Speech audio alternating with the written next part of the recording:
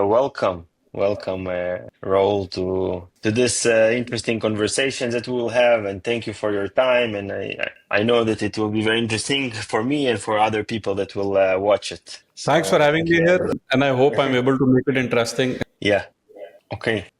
So we will wait a couple of more minutes, 2 minutes, 2 minutes, and we will start. But today we are going to talk about the setup and the warm up for email deliverability, specifically for cold outreach and overall about emails. And with us also Rahul, the CEO of Inbox Kit, and Enrich, a great professional, right, for growth and go to market. And we saw so much behind you. I checked about you, man, and you did very, very interesting things, I have to say. And I share the same feeling, by the way. So the feeling is mutual. Big fan of what you've built, the kind of platforms, the kind of value it brings for a lot of our customers as well. So the feeling is 100% mutual, man. Okay, thank you. Okay, great. I think we slowly can start. We will start slowly and let's get started, guys. So Raul is with us. I'm really excited, and let's start. So Raul, tell us a few words about you, who you are, why did you found such amazing companies, and tell us. Yeah, so I've been a career startup guy, and the past last company I ended up becoming a part of a Fortune 500 company. Later on, realized corporate life is not meant for me, so went right back into the ecosystem, started building platforms. Luckily enough, we started growing really fast. Inbox also happened along the way, and I was spending a lot of time on some of these problem statements that the industry was facing, a lot of people in the industry were facing, and it just so happens that we started building solutions around it. And that's what we have been doing for the last 18 months so far. We are doing pretty well. We are well on our way to get to, hopefully we get to about 10 million ARR by the end of this year. So we are bootstrapped so far, plan on staying bootstrapped as well. Hopefully the growth trajectory will continue the same way. Hopefully my growth expertise from the past will continue coming in handy. So that's on me. I tried keeping it brief. I don't know if it was or wasn't, but that's on me, man. But why did you start these companies? Why did you fall in love with the problem that you're solving? And So while I was working at the Fortune 500 company, I had the opportunity to interact with a lot of CXOs. And through the CXOs, I got introduced to different teams who were responsible for the go-to market aspect of their company or their products. That's when I got exposed to a lot of gaps related to two things primarily. One is data, and the other part was visibility in front of people where it matters. And that's how I sort of started understanding some of the pain points, and started building like really small solutions back then while I was still at the company. Now these solutions weren't commercial at all, but I could see the value, and that's the reason I decided to quit. As a matter of fact, fun fact, I was supposed to have a retainer over a period of 3 years. I took it for 2 years, and exactly at the 2.5 year mark, I decided to quit, let go of the third retainer just to build this company. So you can imagine the kind of enthusiasm and the kind of passion I have specifically around these problem statements. But primarily it happened because of the people that I was interacting with during my role at the Fortune 500. interesting. And one thing maybe that you can share with the people that just started their business, or in the middle of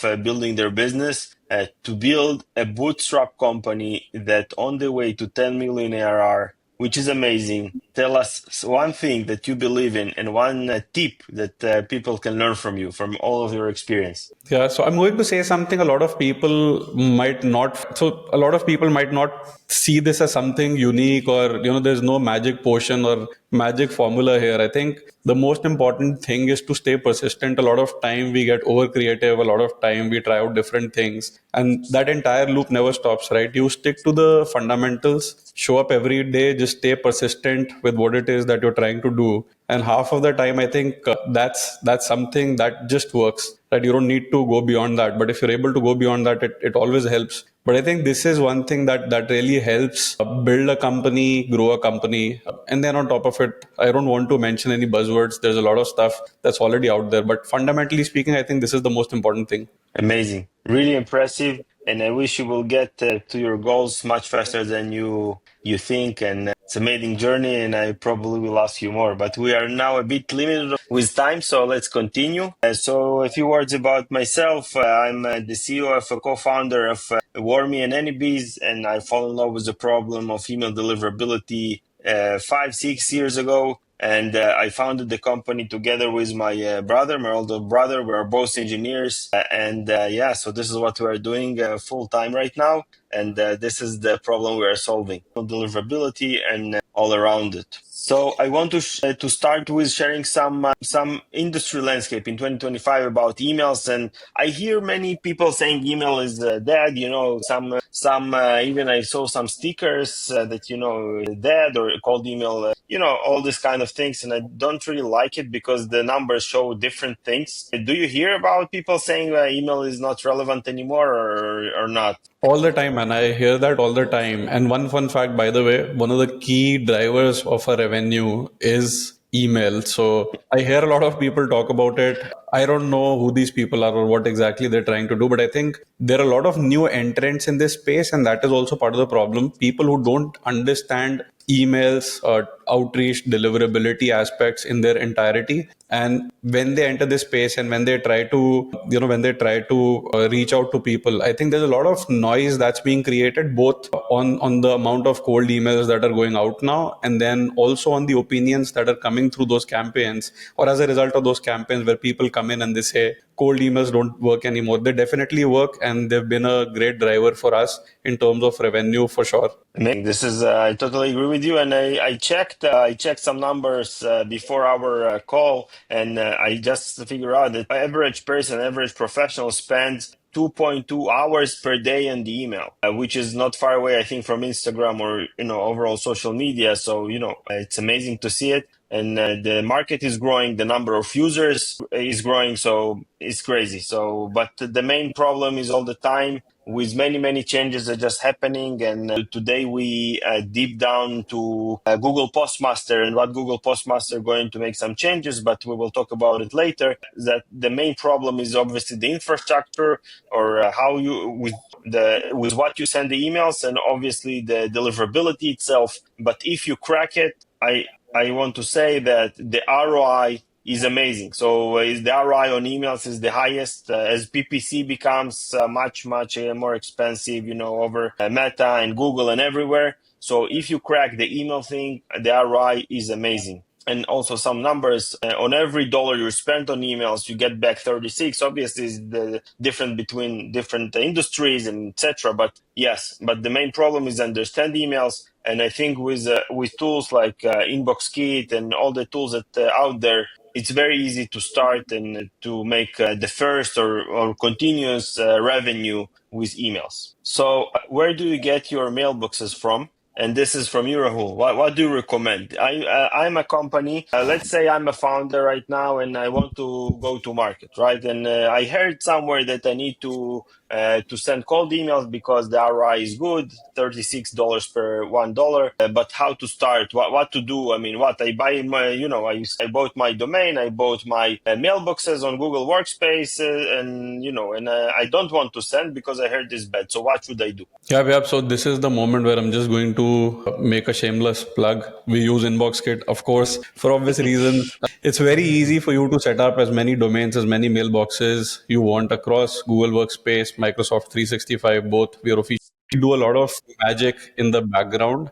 Boxes as well as your domains, we take care of a lot of stuff that generally you're not able to do, and everything's automated. So generally you would hire someone to set up these mailboxes and domains for you. In our case, everything's automated. You order 100 mailboxes, 1,000, 10,000, or 100,000, everything gets delivered within 30 minutes. Everything has the perfect setup to get you going. So yeah, we use InboxKit for sure, in tandem with an But amazing platform that Rahul, you started from the middle. I told you I'm a founder, I'm a dumb. I need to send cold emails. Why I need to buy 100 mailboxes? I really don't understand. I mean, why you want to tell me 100? I have one mailbox, Daniel at Warmy.io, and I want to send emails. Why I need the inbox kit? I don't understand. To explain to me, not from the middle, like, I know only technology, only cybersecurity. I don't understand why I need 100 mailboxes. Hey man, I just got too excited because that was a good opportunity for me to plug Inbox Kit. So forgive me on that one. But yeah, No so problem. here's the explanation, right? Generally, you're not supposed to use your primary domain for any kind of outbound. And the reason is because your emails are going to get flagged in no time. And then they would start ending up in spam, which essentially means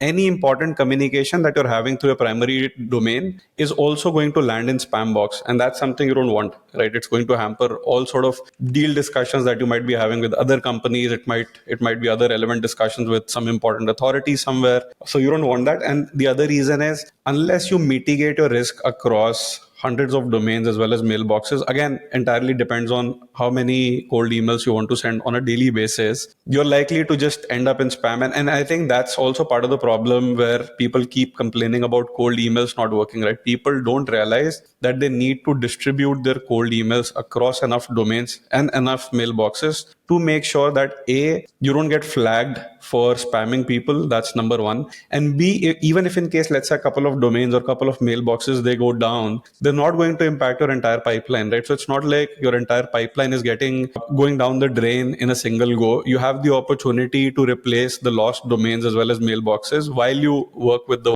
that's mostly why you need to do it. Amazing. So you suggest to use Google Workspace and Microsoft 365, right? Both of them. And Amazing. again, it's important you match the ESP. So anyone who's part of your list that uses Google, you reach out to them through your Google mailboxes. And anyone who's using Microsoft 365, you reach out to them through your Microsoft 365 mailboxes. Amazing. So, but then why I need the inbox if I can go to Google Workspace and buy mailboxes? I mean, so why I need Yeah, so I'll tell you, it's a 3 or 4 fold answer on my side. Of course, you're going to spend a lot of time manually buying those mailboxes, setting them up.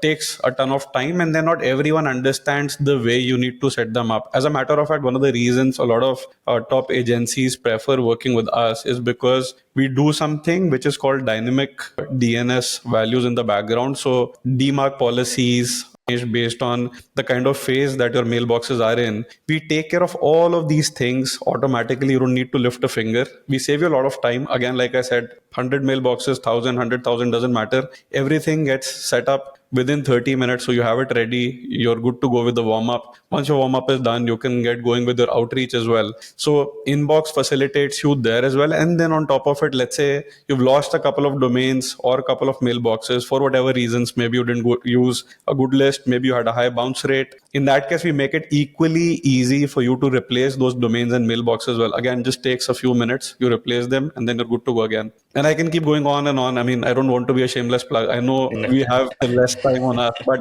Inbox I Kit is think it definitely was. one player you should go for. I'm asking you the right questions. No worries. So, thank you for sharing it. But strong domain and IP reputation is foundation for great email deliverability. And what does it mean? Great deliverability is when your emails actually land in the inbox and not in the spam. There's a difference. People always confusing delivery and deliverability. Deliverability is landing in the inbox, and delivery is just delivering to the other side. So you can deliver to the spam, but if you have good deliverability, you deliver to the inbox. And domain and IP reputation is also obviously factors, but you need to know, and something this is what we domain and IP reputation soon will be shut by Google Postmaster, as they stated, and this will be interesting era. I don't know, because this is what was one of the thing that people measure the success, which I don't agree to measure by it. You need to measure by your conversion, right? Because emails is just a way to achieve something. It's not the final goal to send emails. It's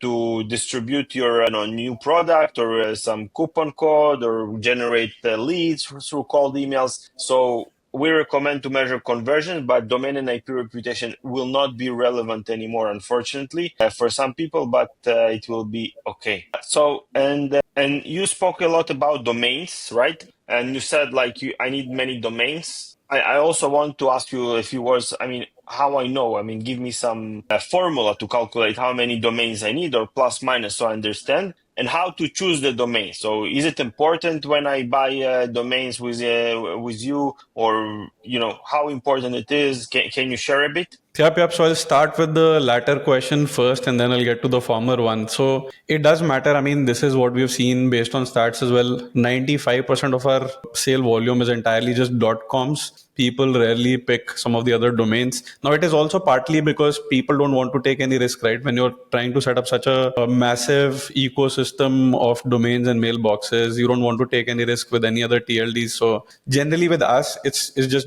.coms, and that's what we recommend as well. And the formula around how many domains and mailboxes you require, again, based on the stats that we see on our platform, you shouldn't send more than 15 to 20 emails per day per mailbox. And for every domain that you have, we recommend you only have 2 to 3 mailboxes at most.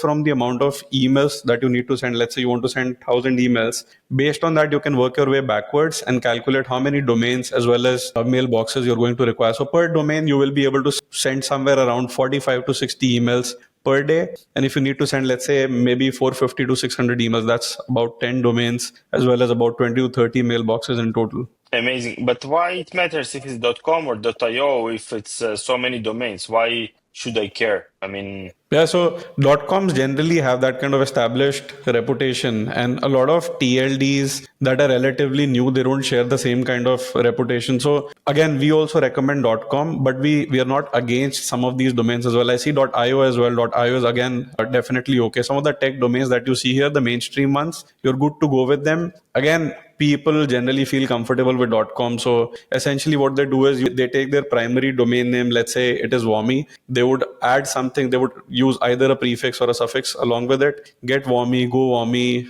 Warmy HQ, and then they would just get plenty of .coms as well as .ios. But the mainstream tech TLDs as well as .coms is definitely the top choice. great. And I see like age matters here, right? And what does it mean? So if I going to send cold emails, I come to inbox and then the domain is new. So can I do you recommend maybe just to buy and let them sit without doing something, or what should I do with the age, or is it so important or not so much? Yeah, so generally it is. And I think along with age, there's another important factor that most of the people overlook. And even a lot of similar platforms that offer cold email infrastructure, they overlook as well. It is to check whether a domain has been blacklisted in the past, whether there are any abuse patterns around the domains from the past as well. And by the way, this is another thing that we check in advance before we return any results when you run any search query. So I think domain age does matter, but I think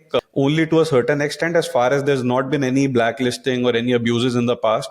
Beyond that, I think it is the way you warm up these domains as well as mailboxes and the partner that you choose here, right? Because again, when we were building partnerships around inbox, we worked with a bunch of warm up platforms. And one thing we quickly realized was a lot of people are just going with the idea that any email that goes out from our warm up system just needs a reply. If it goes to spam, it just needs to be put out of spam. So I think it's a combination of both. Age does matter, but it also matters what the domain health from the past looks like and what kind of warm up partner you're picking.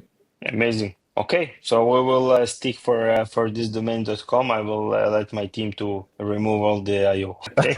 .io also works, by the way. Like I said, 95% of purchases on our platform are .com, but we are okay with it. When people ask us, we tell them it's definitely okay. Mainstream tech domains, they're definitely fine. Amazing. And obviously, it's something that we speak a lot, that how to set up the domains and everything. I don't want to make it too boring, but you said that your platform do it automatically. So we don't need to do this Chinese word, SPF, DKIM anymore, right? So it's done automatically. And also DMARC reports, you track DMARC, you said? Yep. DMARC, DKM, Amazing. SPF, everything. Nice. So it doesn't even worth to talk about it because you do it automatically when you set up domains. Who didn't do that? So it's definitely recommended. Without it, it's almost useless, the domain. But InboxKit is doing it automatically, which is very convenient. I would say if you buy tens of domains, so definitely it's important. And this is the formula you spoke about, right? So these are the numbers. So 3 to 5 mailboxes per domain. And overall, per domain, you recommend to send 70, 60 emails per day maximum? Yeah, so probably like around 15 emails per day per mailbox. So depending on how many mailboxes you have per domain, you can Yeah, distribute it accordingly. amazing. Amazing. So this is the rule number one. If I want it, some a rule of thumb that if I want to know how many domains and mailboxes I want to buy, natural naming, why it's important? If I call, all the mailboxes John Doe is not good, or what should I do? It never works. I mean, people must have tried it with LinkedIn profiles as well, right? That's the best example I can give. It's very easy to spot fake personas online. So it's very important you pick very natural sounding names, and it works really well. Again, statistically, also, it outperforms any other approach by a big margin. Amazing. Okay. Rotate sending across mailboxes to spread the risk. What do you mean by that? Yeah. I mean, what risk? What risk? What is the risk? I mean, what is risky here? And Yeah, so I what should touched I? upon this as well. When you have so many domains and mailboxes, essentially, let's say one of the domains or a couple of domains or a couple of mailboxes across those domains also go down, your outreach effort is not going to stop, right? Let's say you have 50 domains and probably 150 mailboxes spread across those domains, and maybe 5 or 10 of them go down. Domains is what I mean. It's not going to stop your outreach efforts, right? You can always just replace them. And as a matter of fact, one of the things that a lot of those domains, they don't discard those mailboxes, they just put them back into like a really good warm-up system. Again, feel free to make your shameless plug here, but a lot of agencies in our case, they prefer Warmy, and they plug it back into Warmy. They wait for it to again have great health, and then they bring it back into their pool. Amazing. Yeah. Great. And the last point is monetary bounce and complaints rate per mailbox. What do you mean by that? I mean, and where should I track the bounces and the complaints? Where should I do? I mean, what should I do there? Yeah, so in our case, we do the monitoring as well as the reporting again automatically, so you don't have to do it separately. But Nice. essentially, it means as if you're reaching out to a list of people where you haven't verified the list, where you feel unsure about the validity of their emails, or maybe you're someone who's extra aware of the email validation space, or maybe picked a platform which claims to validate catch-all emails as well. If your bounce rate goes beyond a certain threshold, we generally recommend it stays below 1%. In an ideal scenario, much below 1%. But if it goes above that, which means you're either getting a soft bounce or a hard bounce, which essentially means the email that you're trying to reach out to is not accepting your email for some reason. Either that person doesn't exist, or otherwise they have certain firewall policies which is rejecting your email.